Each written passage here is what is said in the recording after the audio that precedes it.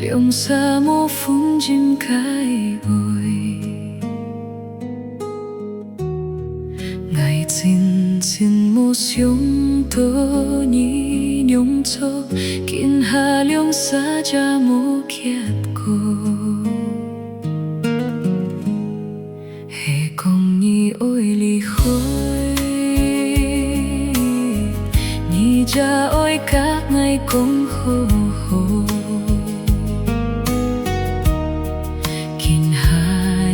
xin giữ biến hết ăn to ngài tan xa nắng ti nhung ban hồ ngài chỉ kinh cả đi sắm nhan tô mai kinh hà nia cài sim bôi nhung phiền ngài hệ nhi ngồi ngài nhi cha hồ cho trong mô nhung tươi ngài ngài cha nắng ti nhi tô mai mô xiong tô hà nhi bôi á nhung cho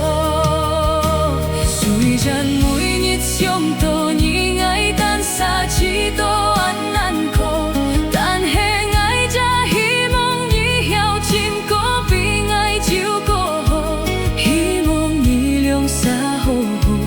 ngài bốc nhi liông xa heo kiệt cô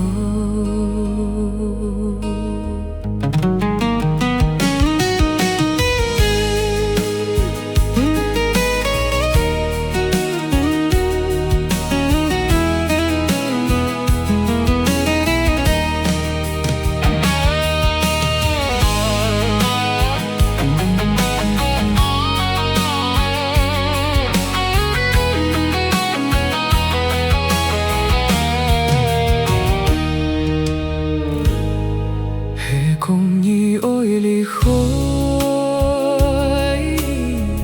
nhi cha ôi các ngày cùng hồ hồ kinh hà nia xin chiếu biến hết ăn tô ngày tan xa nắng ti nhung ban hồ ngài chỉ kinh các nhi sắm nhan tô mai kinh hà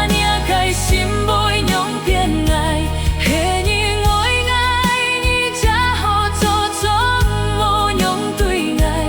ngài cha nắng ti nhi tô mai mô xiong tô